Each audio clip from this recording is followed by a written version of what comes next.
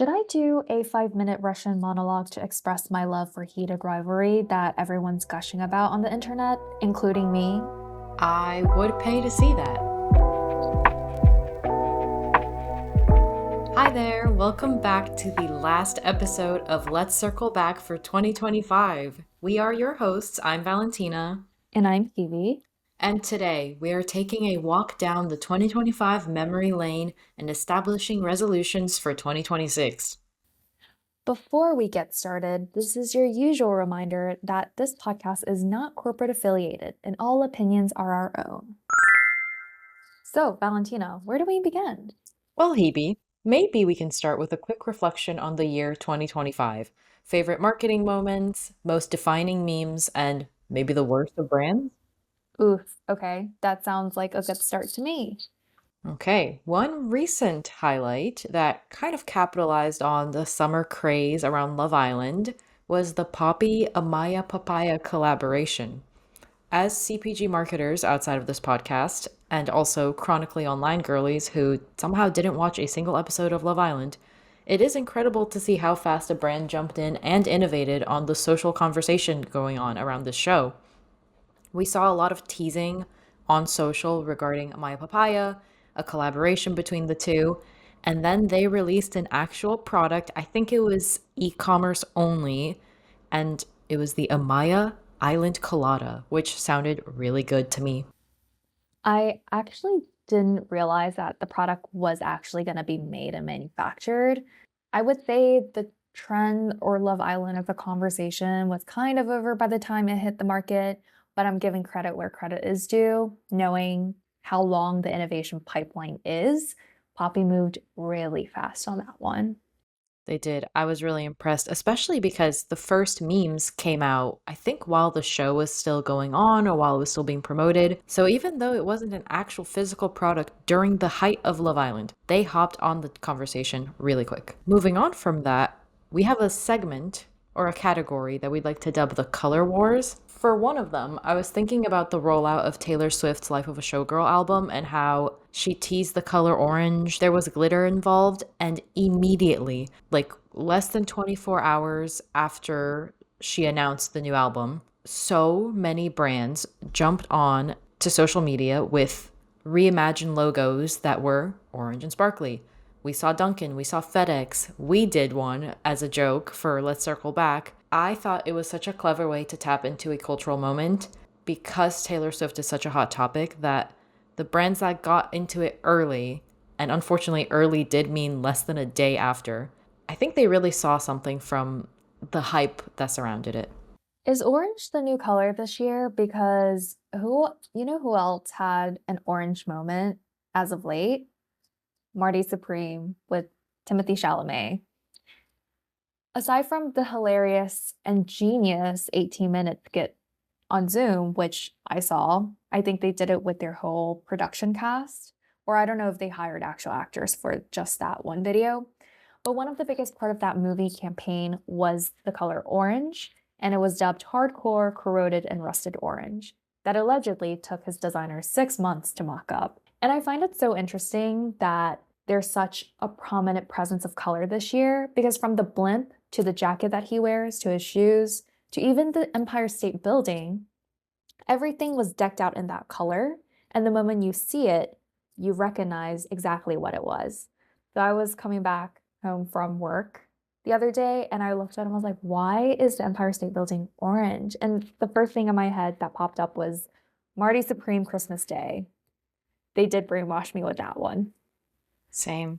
Do you think he'll make a great marketer? Because I think one of the things that made him so great in the realm of entertainment is also his personal brand, aside from the incredible acting skills that he demonstrate.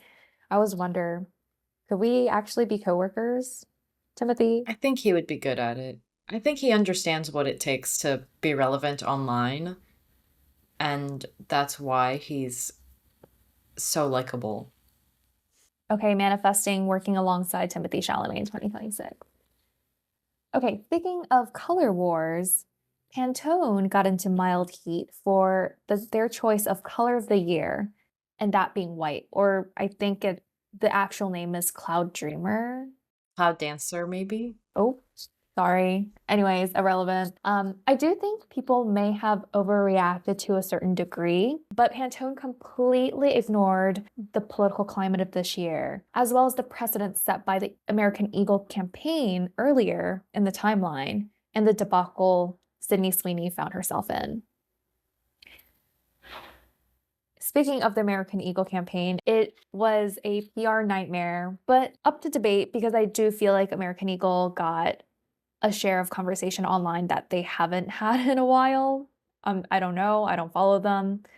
But what really elevated this particular PR campaign moment was the war, which is when Gap and Cat's Eye decided to release their ad right after the backlash hit American Eagle.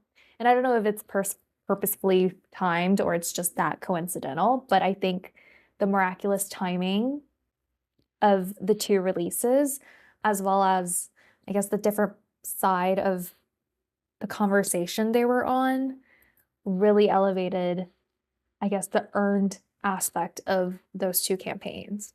The timing was really interesting It was because, suspicious. yeah, but also there were so many factors that kind of went into making everything so viral because Sydney Sweeney is arguably like in the height of her career. Cat's Eye is on this exponential rise after Gnarly, after Gabriella. And then Gap drops this ad that is all about diversity and supporting, empowering young women from different places. And Sydney Sweeney, in response to the backlash, doesn't say anything and starts to almost double down on this problematic stance just because of the fact that she's not really saying anything. So the timing of everything was just perfect chaos. And then speaking of chaos, not to use this transition for the third time in like 5 minutes, oh my god, Wicked for Good was going insane, sicko mode, for their licensing partnerships. Since the summer of the Barbie movie, it seems like all films have taken this entirely over-the-top approach to marketing themselves. I think one really clear place where we see this is the very highly coordinated and thematic red carpet appearances that most actors are partaking in now. We saw with Margot Robbie being Barbie, and then we saw with like Jenna Ortega for Wednesday, Jenna Ortega for Beetlejuice. Zendaya is really good at this.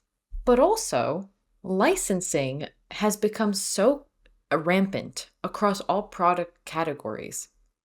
So the movie release is no longer just about the release and the box office rollout and the junkets. It's how many things can you slap your label on? Wicked for Good in particular has been clowned over the past couple months because it's expanded its partnerships into things that have no business being associated with a film, including internet providers and cleaning products. Do we really need an Elphaba Swiffer? Like, what has the overconsumption come to? Anyways, besides the licensing extravaganza, Wicked Part 1 and Wicked for Good gave birth to so many highly shareable memes, the concept of a meme, and clippable interview moments that put the cast and some of the crew at the forefront of like mainstream conversations about film production, Hollywood beauty trends, that was a controversial one, and also female friendship, which shouldn't be controversial, but people really hated how much emotion those women were showing on their press tours. I have not seen either Wicked movies, but I know all about at least the cast, Cynthia Erivo and Ariana Grande, and they've been just taking over my feed with their red carpets, also with their interviews, the concept of everything. So they're definitely dominating the space. To your point about licensing, I just feel like if it's just trying to slap logos on everything without like a degree of design to it, it's just lazy work. It's just pure money grab. Now, before we transition, I just want to drop some honorable mentions. The phrase, what the helly? The Chanel show in the New York City subway, though that does have its pros and cons. Labubus, our queens, which, by the way, we called it. Matcha, which, by the way, we also called. And then protein, and how everything is protein. For more, please check out our Instagram. Hebe does the absolute best job with our social assets. It's actually so cute, and we love our social media moments. Social assets is giving me work flashbacks. Now that we have wrapped up the highlights of 2025, or for some people, the low tides, let's talk about 2026 as it is approaching us at full speed. One major topic at the beginning of every single year is, of course, resolution. Yeah, so when we were preparing for the episode, we both did a little bit of research, and apparently, according to NBC 10 Boston, the top 5 resolutions in 2025 were first and foremost, I have no resolution, which valid response. I do think at least half, probably more of New Year's resolutions tend to go unfulfilled. The second most common resolution was I want to save more money, which makes sense. And then the last 3 were incredibly predictable and all sort of the same: eat healthier, exercise more, and lose weight. These are obviously connected through health and fitness. I think these are part of New Year's resolutions because people embrace this air of self improvement. And then when it comes to food, beverage, lifestyle brands, this feels like a really easy way to check into the conversation and be part of people's New Year's. To double click into resolutions, I was on the Pew Research website. What I find really interesting is that while young adults or people under 30 are more likely to set resolutions than other age cohorts, there's also certain divergence in what type of resolutions they set. So, first off, we're more likely to set resolutions because we're young. We haven't made any marks on this world aside from potentially 2015 embarrassing digital footprints on Facebook. And we're trying to build that capital and save and basically not die. One interesting divergence is that younger people are more likely to have a resolution centered around hobbies and personal interests. Now, we've also done an episode on how Gen Z is really into the idea of building their character, their quirk, their personality, what sets them apart from others, as well as finding third space slash community. And hobbies is oftentimes a very common way to achieve that. Finding hobbies has been really difficult post college or even during college when my life was swamped in academics. But I would consider this podcast or content creating in this format to be one of my top hobbies of 2025. I recently went back into painting, which I'm really happy about, but I don't do it very consistently. And then I read, which I would consider a really big hobby of mine. Same on the reading. And I feel like this year I finally unlocked a part of myself that had been closed off for so long. Just because I don't have to read academically anymore, I finally found the joy in it. And I would almost say I'm addicted to reading again. Same on the content creation. I don't have as much time to put into it as I wish I did. So I need to work on prioritizing things and time management. But it's something that in 2026 I really want to get more into because just like reading, that was something that I used to do a lot in middle and early high school. And so I want to find that part of myself again. And then, Hebe, you didn't mention this, but we both play games. And I think gaming is such a fun hobby. I thought it would be really interesting if we also discuss, personally didn't find that much research on Gen Z specifically when it comes to resolutions, but something I would love to talk about is whether or not Gen Z is approaching resolutions a little differently than what people may think. I think the biggest one is, at least for me, I tend to prefer baby steps over hard goals. So, for example, finance being one of the top resolutions. Instead of saying, okay, let me save 20% more this year, I prefer to consider more behavioral resolutions, such as, am I purchasing things with an intention? Am I considering what I already have? So being more intentional than more hardcore with spending. So I'm the same way. I think I'd much rather give myself smaller but attainable goals than set really steep ambitions and let myself down. For sure. I feel like people aren't, or Gen Z, or a lot of people in general, aren't looking to reinvent themselves in the new year because that's just too ambitious, not very attainable. And three, just so much pressure, and January is already pretty dire with the cold weather. For me, it's really about the process and the vibes that I get out of it more than the outcome. And I think what is really interesting is I do feel like resolutions for me and as well as for the people around me is less year round or specifically set at during January.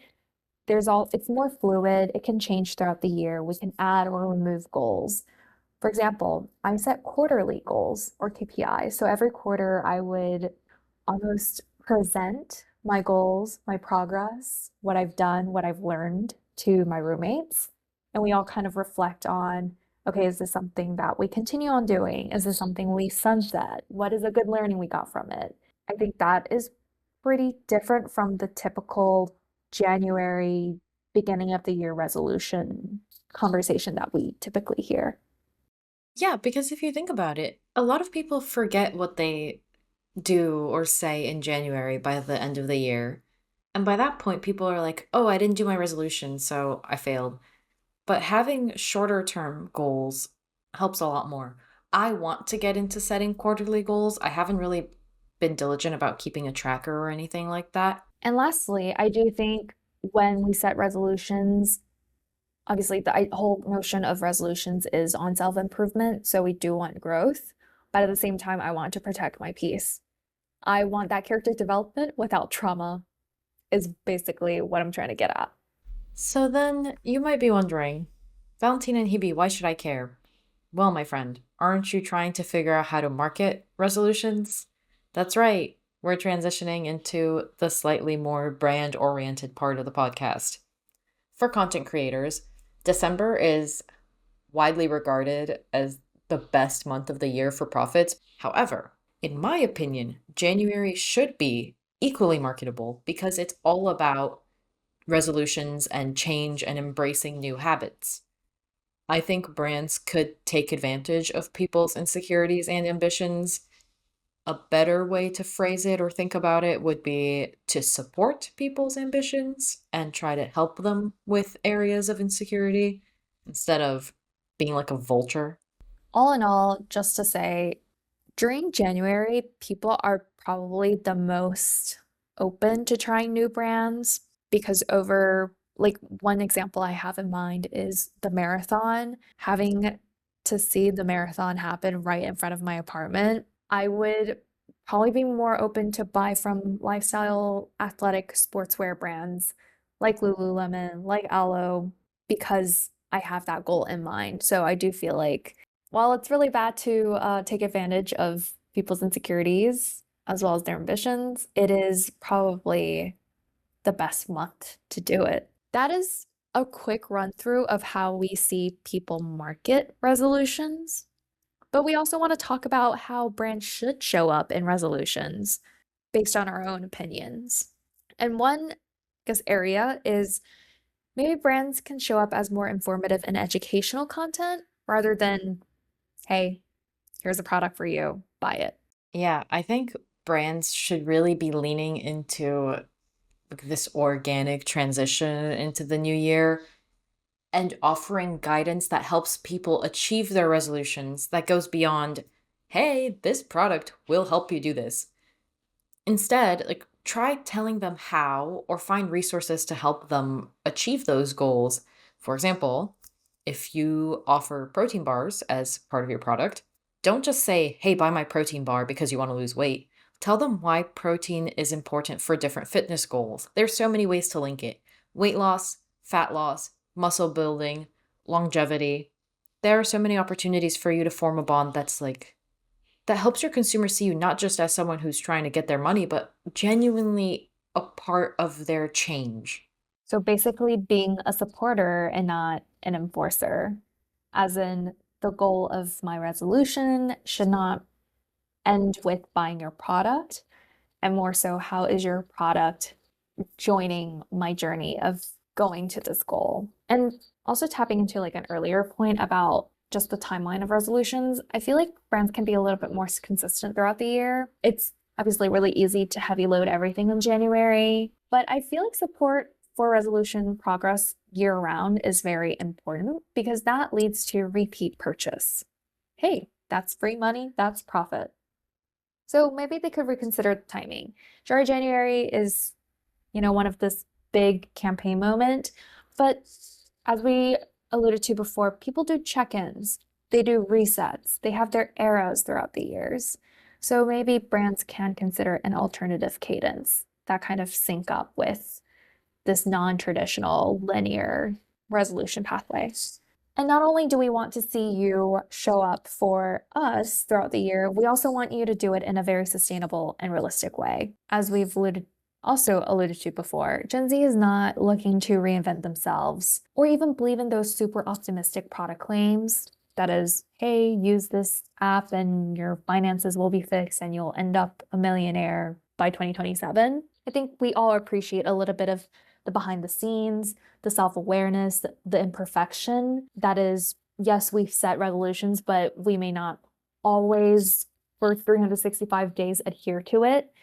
We welcome those realness because it builds relatability and more true to how people actually progress on their resolution. And not to get psychological with it again, but nobody wants to feel like they failed something. So when you get into these crazy claims and it doesn't work, you feel disappointment. If you make a smaller claim that's easier to achieve or support, boom, positive feelings. It's simple human psychology, my friends, says the 23-year-old journalism major who took 2 psychology classes in college. So to kind of close off, Hebe and I wanted to verbalize our resolutions, and I can go first.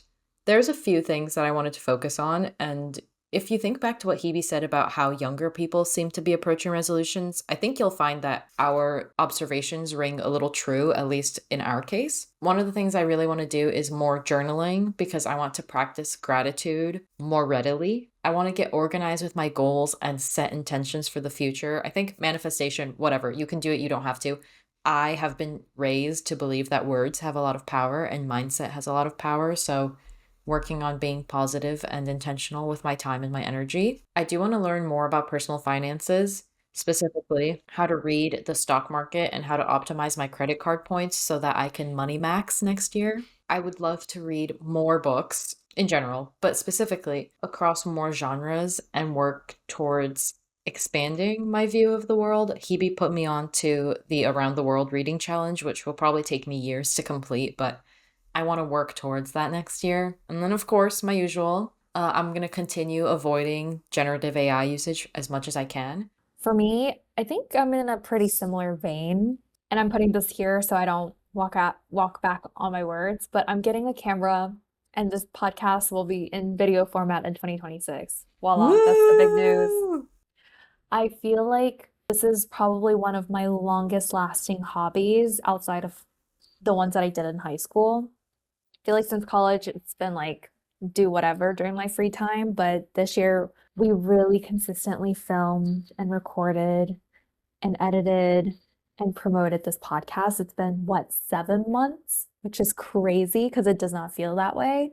So I feel like it's time to make the side hustle a little bit more serious.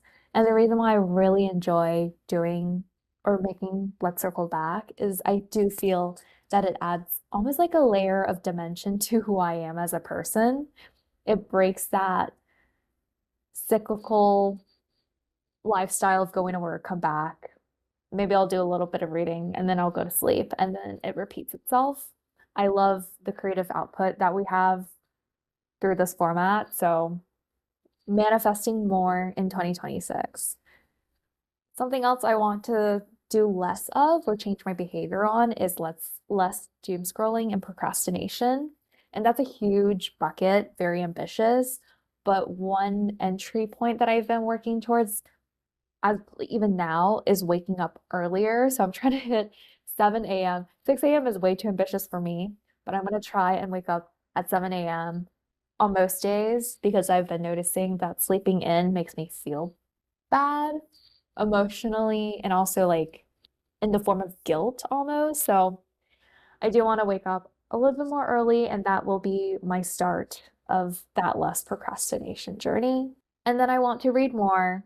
I'm on track to read 20 books this year.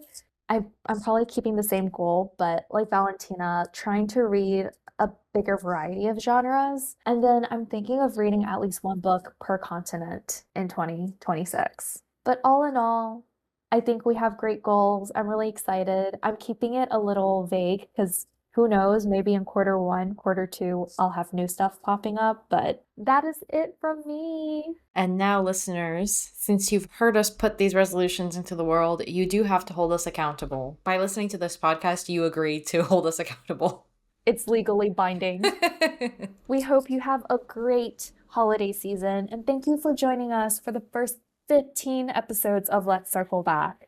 This podcast has truly been one of the highlights of my year. Hebe, echoing everything you said, just such a fun, creative thing we do that gives me so much energy. I can't wait for what 2026 will look like for us. Wink, wink, cough, cough. Wow, very subtle. Anyways, make sure to check out our Instagram and LinkedIn for more content between uploads. We will be taking a winter recess and returning to you in January with new episodes of Let's Circle Back. We've been your hosts. I'm Hebe. And I'm Valentina. And we'll see you next year. Get it? See?